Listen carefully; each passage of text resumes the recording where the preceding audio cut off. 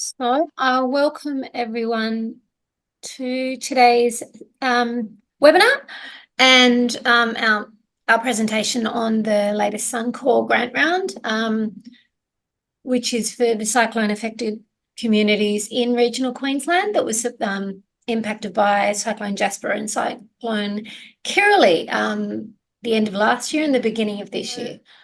My name's Danielle Griffin and I'm from FRRR. Firstly, I'd like to acknowledge the country I'm on today, which is in Merimbula. We're on Djuringanj country of the Thawa people, and just paying respect to the First Nations elders past and present, and gratitude for their custodianship of the beautiful country that we're coming to from across Australia and probably largely in the Queensland region. Today we'll talk a little bit about FRRR and Suncorp and the Rebuilding Futures grant program, then really concentrate on this actual grant program itself and its purpose, the criteria and how to apply it. And then we'll go into grant writing tips. I'm conscious we're a small group today, so with regards to grant writing trips, I'm interested in understanding people's already existing skills in regards to this, so we won't go into that too much if required. If you're not already familiar, FRRR is the only national foundation specifically focused on the economic and regional social strength of remote, rural and regional areas. So we work with government and philanthropy and community to align the purposes of those organisations and the needs of people living in remote, rural and regional Australia. We came together with Suncorp in 2021 with the specific objective of establishing a program that would be responsive when disasters happened, kind of acknowledging that they had occurred, and then looking for that 6-month period where we thought that the community was past the relief stage and starting to move into an area where they were beginning to consider broader recovery, prevention and preparedness type programs. So this is really what this program is about. In this grant round, we have got eligible LGAs that are based on the state disaster declaration, and I've got a slide coming up on that.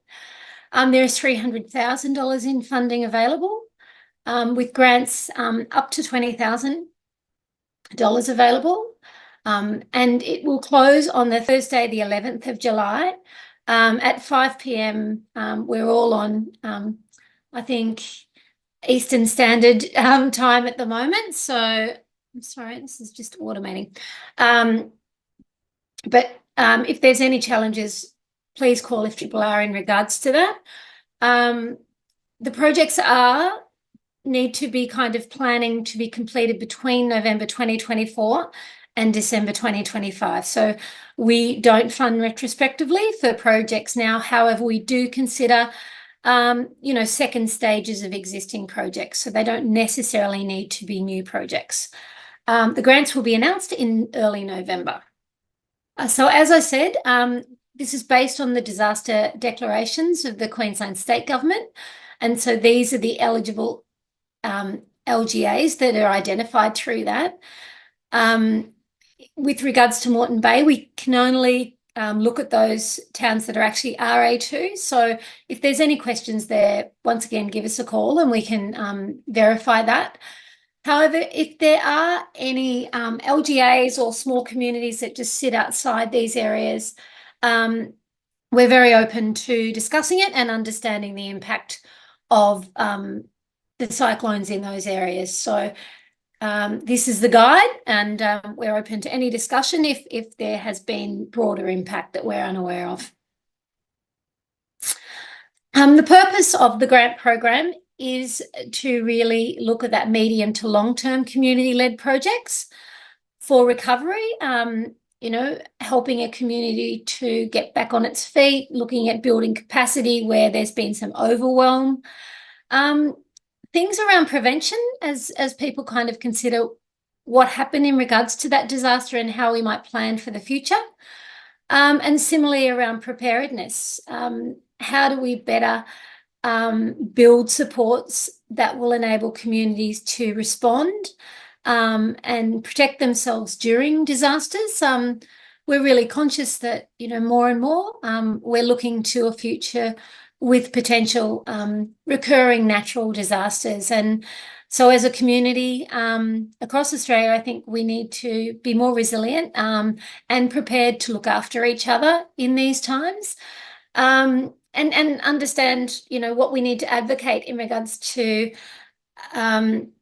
infrastructure as well as social wellbeing that will support us all to be more resilient but also, reduce the impact of those disasters on the wellbeing and physical infrastructure.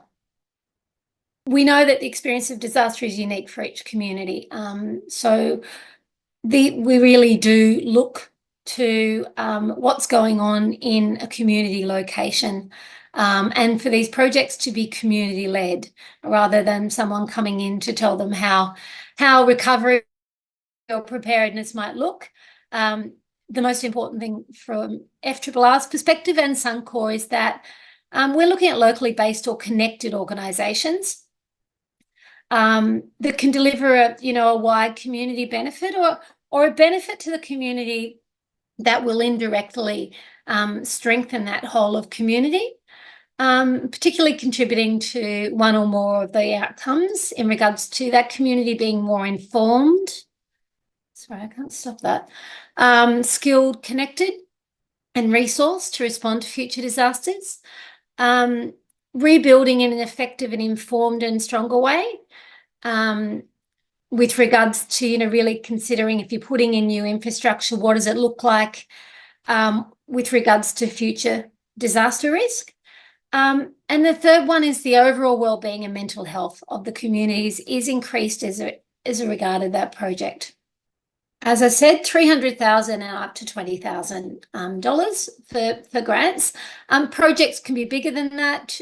You may have in-kind support. You may have funds from other sources, but the funds here are for the $20,000. We're interested to understand who's in the community, what the impact was, what the need that's been identified or the opportunity that's been identified in regards to prevention or preparedness, and how the project will actually reach and support that community, as diverse as possible. We appreciate that some projects will target the most vulnerable, but we also understand that by supporting those most vulnerable communities, we strengthen the whole community by reducing the risks in those cohorts. We're looking for things like mental health and social connection. As we said, smarter ideas, so rebuilding using resilient materials or really taking into account the geographical or geological landscape in regards to where buildings are being built or currently exist and how new structures are going to withstand any future impacts. I will emphasise all the time that we're looking at community-led or organisations that are connected to those communities. So understanding letters of support or surveys that indicate project interest and engagement are really critical in us actually assessing an application and understanding that this is something that's important, a priority, and will actually reach members of that community in a positive way and improve recovery. And that means there's a broad range of charitable projects that can actually be supported through the project. It can be delivering or providing activities, so events that connect people, programs of support, additional services, or strengthening existing services to really address, new groups that may have been impacted and that haven't been reached before in community. Community infrastructure projects, so that can extend to recreation grounds, community halls, smaller areas like parks and that. Not sporting grounds if the need is really about specific sports activity, but if it's more general community use. building capacity of organisations that are really involved in community recovery. So it could be a neighbourhood house, and that, has actually been at the centre of supporting the community during disaster, may have been with relief, may have just been helping people to connect with something like the Red Cross. So things that will build that organisation's capacity through their learning of what they experienced in a disaster. It could be training their staff in mental health first aid, or it could be more technological upgrades that ensure that they can operate more effectively in those times. Really directed sessions and programs that are actually aimed at supporting, strengthening community members' mental health and wellbeing. And also community resource development. Volunteer development is a great example, particularly understanding how volunteers are engaged and requested to respond or instructed to respond during disasters is really important.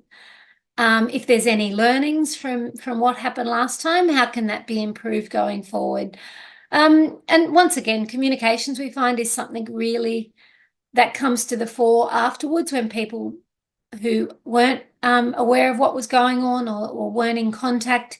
There's often programs that say, in the future, we'll do this to reach those people more effectively. So really, it's up to the individual community to bring a project that's important to them, because pretty much everything can be covered within this program. With regards to eligibility, not-for-profit organisations with or without DGR1 endorsement are eligible. So you don't have to have DGR1 status. You do have to be a not-for-profit and have either an incorporation certificate and or an ABN. We are interested in your constitution. If it's not clear, if your not-for-profit status may look like a club or something like that, or be looking to in any other way, just provide us with your constitution. That can really help. You must be in a disaster declared LGA, but if you're a connected community or you're working for a community in that disaster declared LGA, that's fine. It's really that location of where the project will happen. And then, as I said, we need to understand who you're working with in that LGA, the kind of relationship you have, and the support that community is requesting from any organisations that may be external. They must be for charitable purposes and offer a clear public benefit. So we'll come to some things in regards to what's not eligible. And when we talk about charitable, it really is that broad community benefit in regards to the outcomes that are delivered. We're not looking for any commercial outcomes here. They won't be supported. If there's certain things that may have an element of profit or fundraising, they should be separated from this specific project. I would suggest really the guidelines are your best reference point for this, but also you can just ask me further questions going forward. Now, what can't be funded, as I said, core organisational operational costs that aren't related to the actual project. So rent, utilities, regular wages, loan repayments. Having said that, if staff are doing extra time to fulfil a project, if the lights have to stay on a bit longer, if a hall has to be hired or that kind of thing, as long as the costs, core costs, those kind of costs are related to the project delivery, then they're eligible. Any projects that are subject to an insurance claim or should be covered by your current insurance policy aren't eligible. Sometimes we might look at projects and wonder why potentially this wasn't covered by insurance. So if you've got any infrastructure projects that look like that, just put a note in there to explain why this isn't covered by an insurance claim, just in case we don't have the time to give you a call and discuss it with you further. Prizes, gifts, trophies, or awards. We understand sometimes these are a part of events. These can't be covered by the funding that we award. The projects obviously must benefit community and not private business or sole traders or private interests. This often can lend itself, or we see it in projects that are really about supporting farmers and particular pieces of land that will actually advance their benefit, as a business. So I suppose, kind of alert places like Landcare or any of those kind of projects to understand where the broad community benefit is in regards to any project like that. Political lobbying, this isn't a grant program for advocating to change bigger structures with regards to flood and issues in regards to local infrastructure or broader government policies. So nothing like that is funded here. We appreciate that animals and the environment are really significantly impacted by disaster, and also that's often something that significantly impacts the community, with their pets, etc. So any projects that may be related to those kind of matters should ensure that they're not solely focused on animal welfare. Then we need to understand where the human benefit is there. As I said earlier, things like sport, recreation, and social activities that are simply, sport for advancing sport, social just to have a good time, aren't actually related to connectedness and kind of engaging people to talk or support each other about recovery, aren't eligible. So any repairs or that to a sporting organisation that are just going to support that club in its execution of its, sport isn't eligible through this program.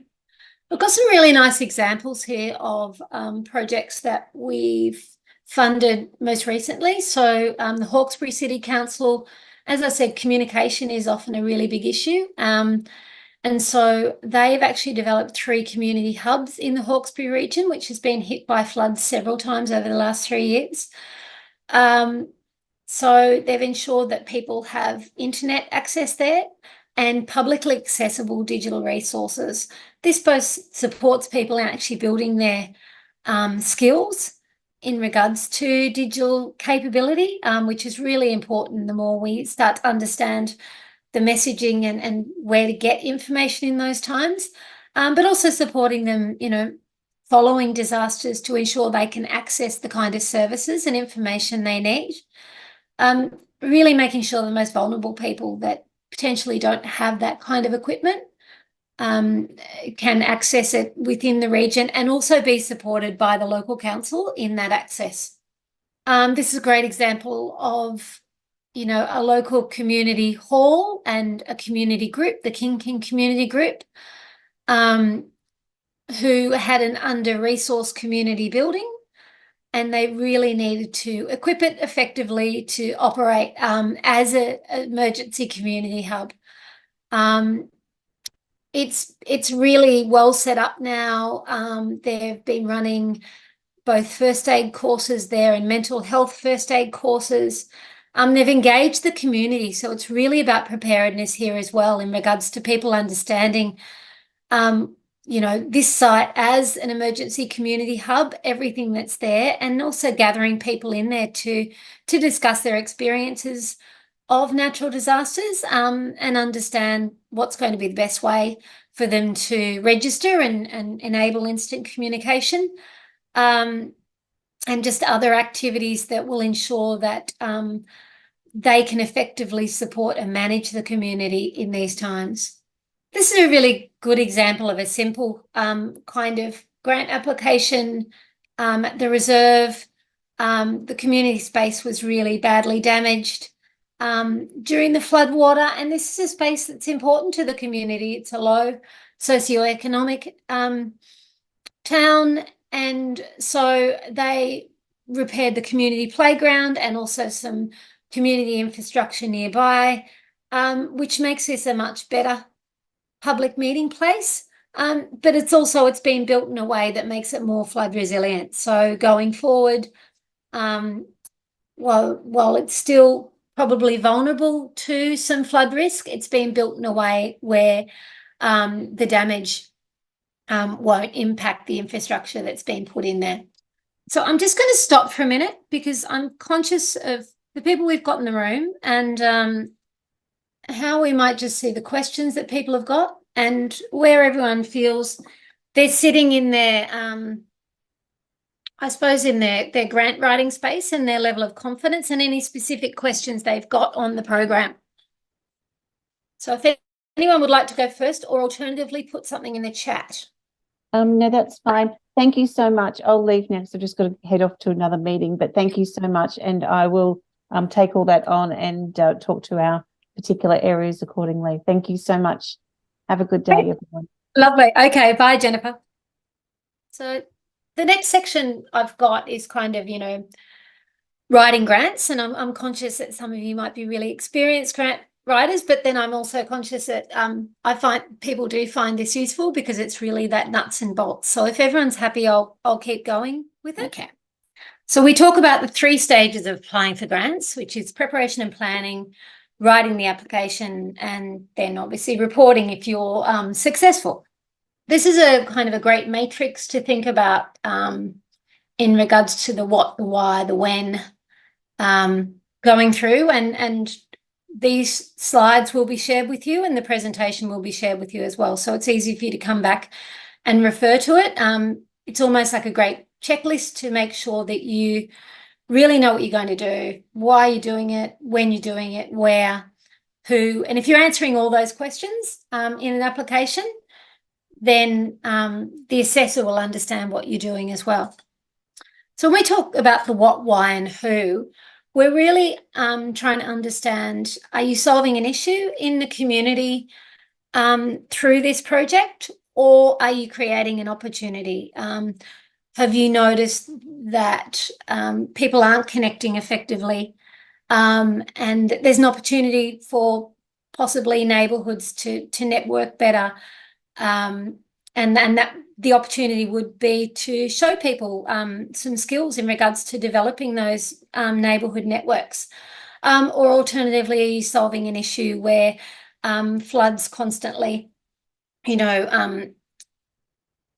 interfere with operations, and we know that power outages are often a big issue. So is that the issue that you need to solve either through equipment or infrastructure to stop that being a problem in the future? So that's the what are you going to do? Is it an activity, a program, training, equipment? And then why is it important for your community? As I said, there's a need. We know this has happened before. When we ask you to talk about the experience or the impact of the cyclone disaster on the community, that's what we're talking about, the need or the opportunity is, this was our experience, this is our solution, or this is the opportunity that we've identified. And then that obviously leads on to what will be the outcome of that. And a really good way to frame that, I often think, is, what will happen if you do not do this project? What does it look like the next time there's a cyclone, or not even just for prevention or preparedness? What will happen if your community isn't kind of fully recovered in moving forward, just to be a strong and resilient community that is connected and is not suffering trauma from the experience of the disaster that they all went through. We do love evidence. We do love research and statistics. You can attach that kind of information for us. But I don't put in reams and reams of it, because you've got to appreciate how much time people have. But putting in those key stats and either providing a reference or attaching a document is really valuable.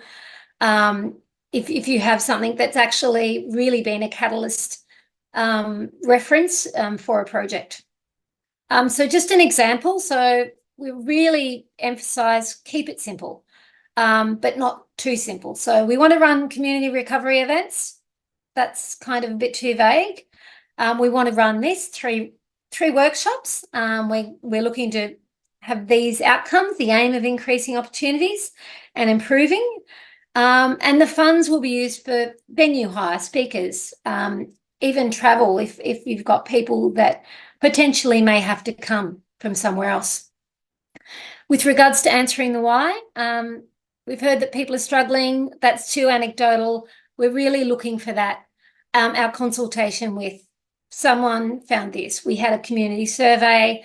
We had a community meeting. Putting the numbers there, and we appreciate there's some communities that are only, 300 people. So, if you had 30 people or if you had 15 people at an event, then that's still significant. And it's, looking at that interest and how you actually went about in regards to that community engagement that explains your why for doing this project. Who will be involved is really, really important, both in regards to who's actually running it, so who the community organisation is, particularly if it's a volunteer-run organisation. What are the skills and what's its role in the community? That makes it the best placed organisation to actually execute the project. Who else are you working with?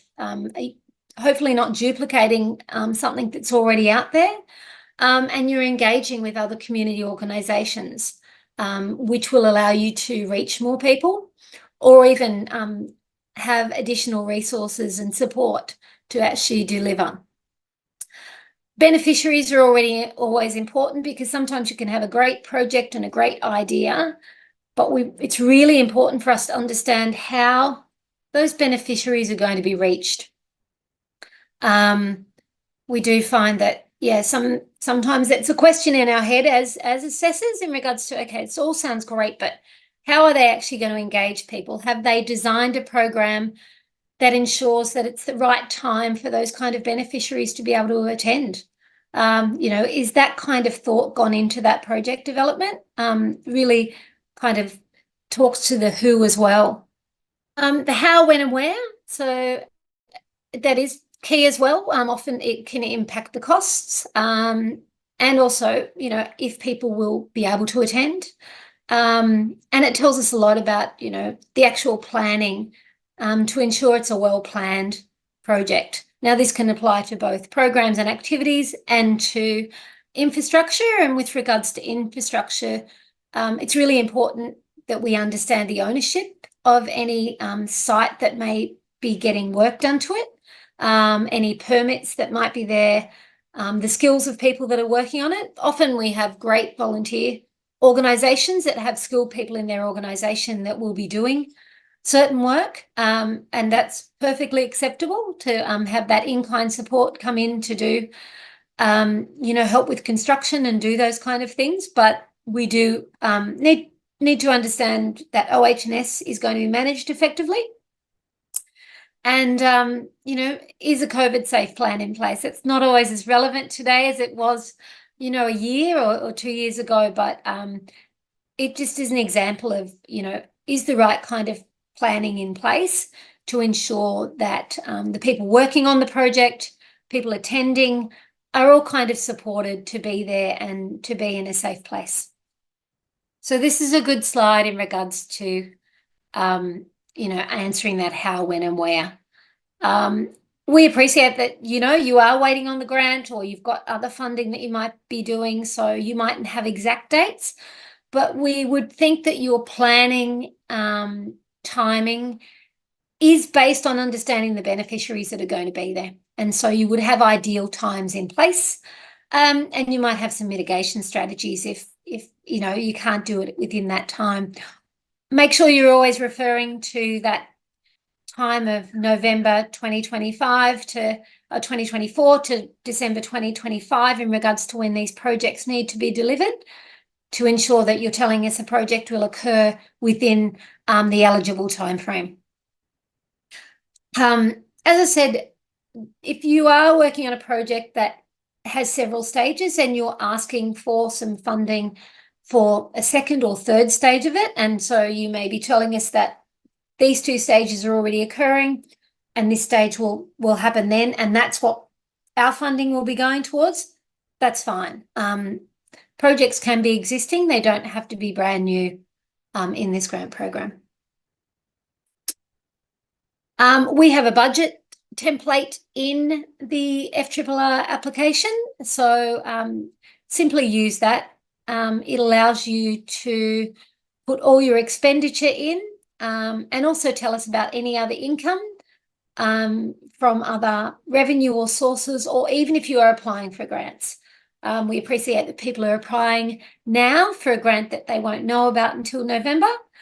So it's likely that they're also applying to other funds if it's quite a big project.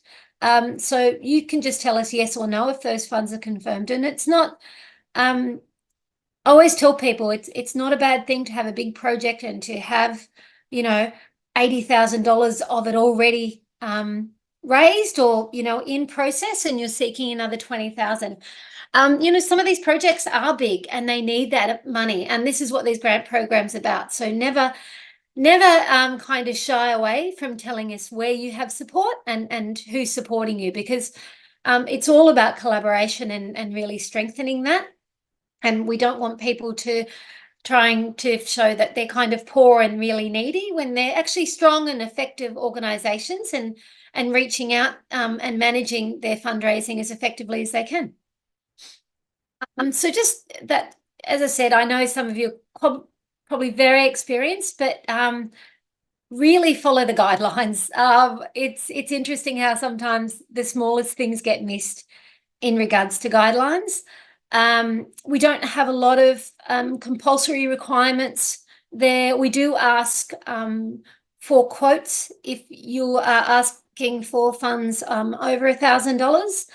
And we do like to see, and if you can't get a quote, we have seen sometimes it's a bit difficult with tradespeople, etc., or even someone that might be a speaker, but we just need some level of rationale explained in regards to the basis for that quote.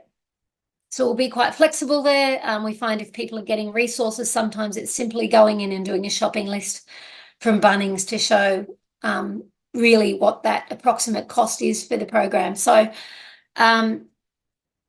that's something that's really important, to give us that kind of information.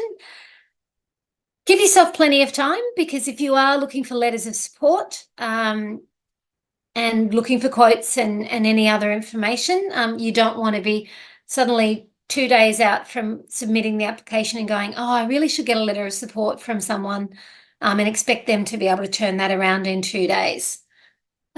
Make sure your budget adds up.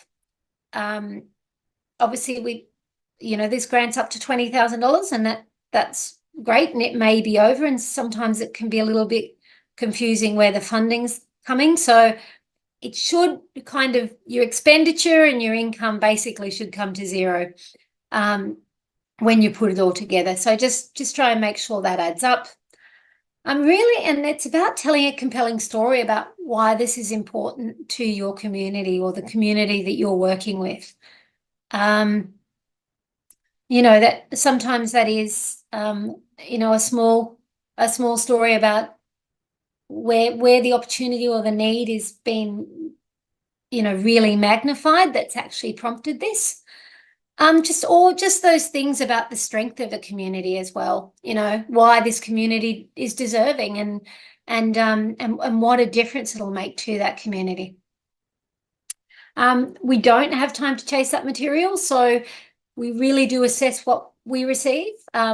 So try to put as much in there as effectively as possible.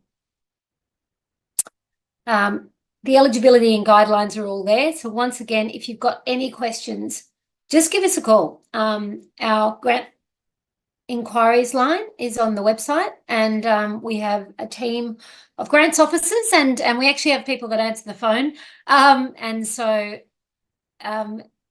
we always find that people really benefit from discussing their project with one of the grants officers.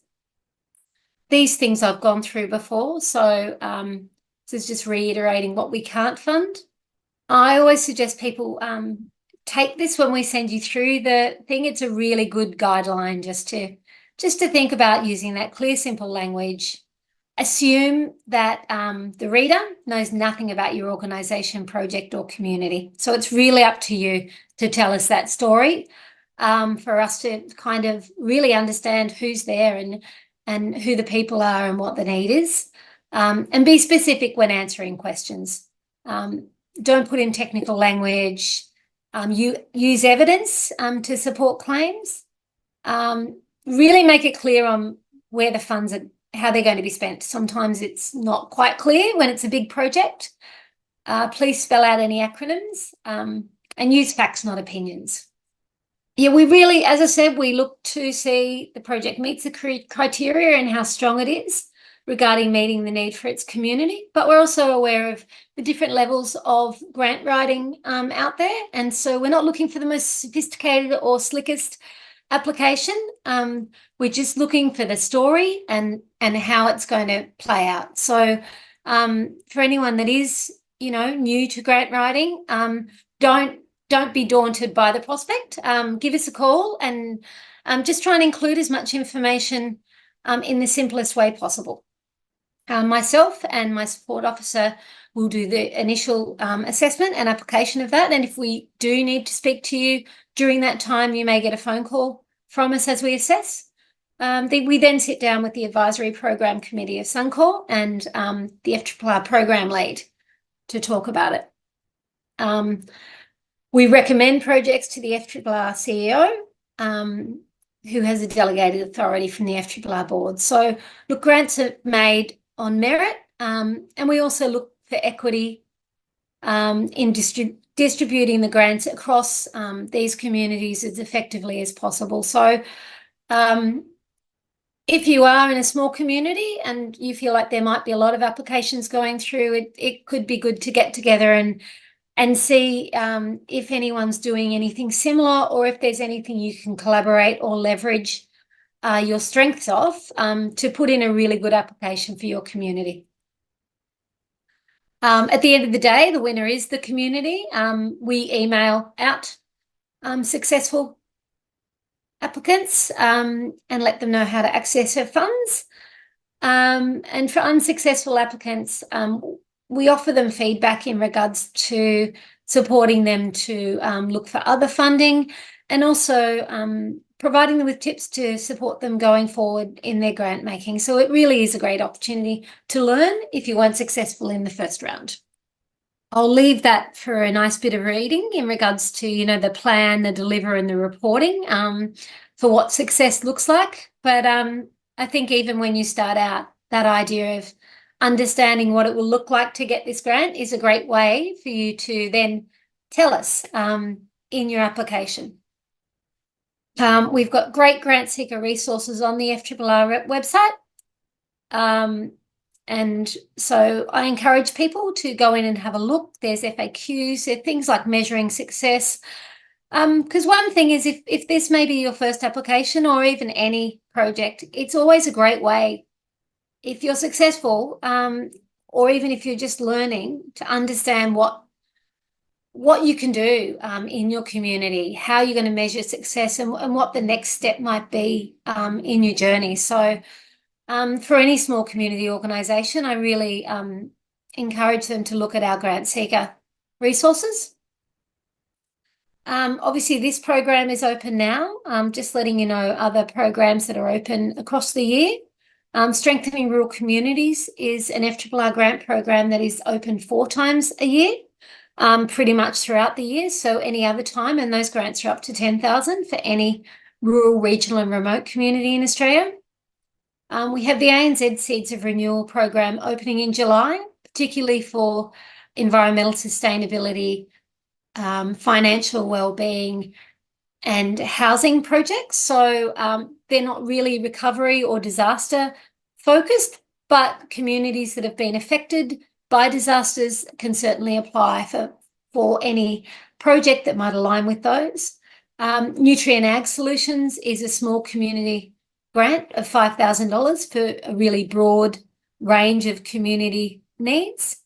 And we have a really specific community-led climate solutions program coming up that's opening in late July that is really looking at new projects in that space of climate solutions and decarbonisation. So if this grant program isn't the right one for you, or if you've got a couple of projects that you're looking for funding for at the moment. I encourage you to go to our website and explore what other options are available.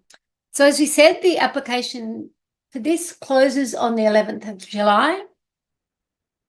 My details are there, and there's our grant inquiries phone line. So I'll stop now. We've got 15 minutes left. So I'm open to any questions either through the chat or just out loud if anyone wants to put up their hand. Yes, gotcha. Thanks for that, very detailed. I'm just wondering, in terms of the projection of this Suncorp Rebuilding Futures, will this be the only opportunity for people within that cycle impact specifically? Like, are they projecting another grant round after this one? We're not necessarily projecting another grant round after this one through Suncorp. There will be some small funds available through FRRR's Prepare and Recover towards the end of the year, but there's probably only funding of around 50 to 60,000 in that basket of funds. So this is our largest one. What's your thoughts, Scotia, on the stage of recovery in the communities you're working with? Well, it's very early days. Yeah. We were just talking this morning about still having to move mud. So, this is a long process and it's really very early stages. So with the projects that we're trying to support across that region are kind of fairly long term and are just beginning. So I suppose my question is really to say, is there projected more, and if so, can you have repeat applications? I suppose I know that usually that's left to below you can, if as long as you've assessed, you've fulfilled the needs of the first round. But just a general question. Look, and as I said, the Strengthening Rural Communities grants are always available, and also those other grants, and projects in disaster related regions are as eligible as any others coming into. I suppose it was more a question that was specific to that disaster impact. It's also because some of these councils still haven't received their recovery fund, so it's right. I don't know, I'd be keen to know where everyone else is from. I know my friend Jessa is on the line here, and we're working across 3 shire regions up in North Queensland, so I'm not sure where everyone else is from. And the focus of our project is quite specifically with young people. So. Thanks, Scotia. There is a range of organisations on here from my things. We've obviously had the Salvation Army on, but we've got I think the National Trust of Australia. Anne, I believe you're from the Cairns and District Chinese Association. And we have someone from the Cassowary Coast Regional Council as well. Yeah, that's me. I'm more so from Rotary. Okay. I'm in the Rotary group here, so just looking at some opportunities there. Great. More so from council's perspective. Yeah, and I think, we have some from the Douglas Shire as well. That's me. Hi. I'm working with Scotia on that cross-regional project. And I'm also sitting in on behalf of the Douglas Shire, Douglas Historical Society. Great. Yeah. Great. Yeah, look, I think there's so many different organisations out there, and we've had some really diverse applications across our disaster, I suppose, recovery grants project in regards to what's important to them, what kind of those community organisations, those historical societies, often, the preservation of their of what they hold in their collections is really important, and they're thinking about ensuring that their disaster, I suppose, they're prevented from any damage or future impact, or potentially they've been impacted. I suppose we don't have any neighbourhood houses or that on here, but that's not really that as big a feature in Queensland. It's that's more a New South Wales Vic thing there, or the community houses, though, I find in Queensland are often a feature. But unless we have any other questions, Anne has her hand up. okay, yes. I'm just saying, it's really about our eligibility for this because we're a charity registered with the ACNC, so we fit that side of the criteria. We do a range of cultural activities throughout the year, throughout the region and throughout the year, but we are custodians of a nationally significant temple artifact collection. It is nationally significant, and the thing for us is that we're in not a rental property. A donor provides the premises for us. Yep. And during Jasper, we had extraordinary flooding through the roof, which has now subsequently been repaired, but there's damage and mold in we require climate control space for this collection, which we're quite separately to this. We're working towards building a cultural and heritage centre so it can go on public display. But at the moment, it's just storage. I mean, people can come and have a look by arrangement, but it's actually in effect should be a climate controlled storage space. And so the owner of the property put the roof on, but now there's damage to the wall and the aircon needs replacing and so that's what we're interested in. It's not a huge amount of money, but it's at times a bit hard to see what further down the track there will be. If we look after this collection well, it will be it is available, but it will be available publicly, and it also helps for our other the other outside area did have leakage too, and it's got an aircon that's not working, which wasn't necessarily damaged in the cyclone, but needs replacement. So the lions and the dragons and all the costumes and are protected. So it's just trying to find out if it's worth our effort, because it's running a grant. We do grants all the time to maintain all our activities and preservation of this 1880s temple artifact collection from that very early Cairns period. So we're used to doing grants, and we're just not a bit reluctant to put in if we're not anywhere near the ballpark of eligible.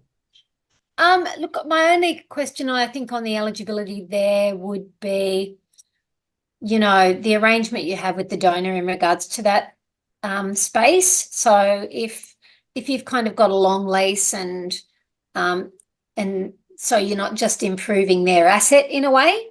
Yeah, this we're aware of that. We don't. Yes, she's given it to us for years and years. The Chinese community, business woman who's sister cities and all of that sort of. So we don't anticipate moving on. But part of it's goodwill on our part too is to help look after the property that she's offered to us for years. So in that sense, but our goal is we want to start building our own cultural and heritage centre next year. I mean, it's quite separate to this, we need to be doing more fundraising. We do have a fairly substantial amount of money, about half the amount already. We've quite achieved through efforts of previous members over a long period of time.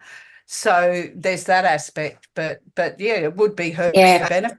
You know what I mean? It's our benefit now, but whether she even wants to keep it for, it's been divided off into a climate controlled space in a big warehouse, really, in effect.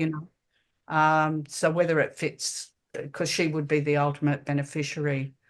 But we're not likely because to be everything would move for to a few years. Even if we start building next year, it's going to be another year or more before, so it's a few years before we move out. So it requires the climate control now. Yeah, look, it's definitely ineligible. Worth it, it's fine. That's why I'm on here, because that's a good idea. Saves us putting it in. I've got your email, Anne, so I'll come back to you with a more definitive answer. I'll just chat to you. Thanks. That's great. That's great. Appreciate it. No, I'm very, very happy to do that because, I appreciate you don't want to waste your time. But if if we can consider, you know, the length of time and that kind of thing. And Yeah, no, I'll just, I appreciate you just thinking about it and offering Yes. advice. Thank you very much. yeah, no, that's a pleasure. That's a pleasure. I think that might be all, unless anyone else has a question. Andrew or No, nothing from me. Thank you. pleasure. Okay, then, well, I'll say goodbye to you. Thank you very much. And yeah, good luck with your applications. Please also, you know, make other organisations that you think should know about this grant. Yeah. Appreciate if you could share it with them. And some of the upcoming grants might be relevant to Yes. others. Yeah, definitely. So Wonderful. thank you. Yeah, Thank you. Bye. very good.